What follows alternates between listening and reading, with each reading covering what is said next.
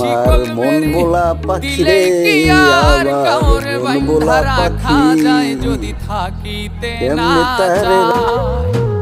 কি লাভ হইল শিকল বেরি দিয়া পাখির পায়, আমার মন ভোলা পাখিটা এখন উড়িয়া বেড়ায়।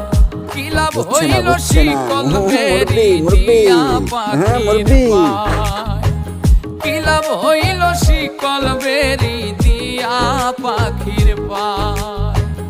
DJ Shipon, DJ Shipon.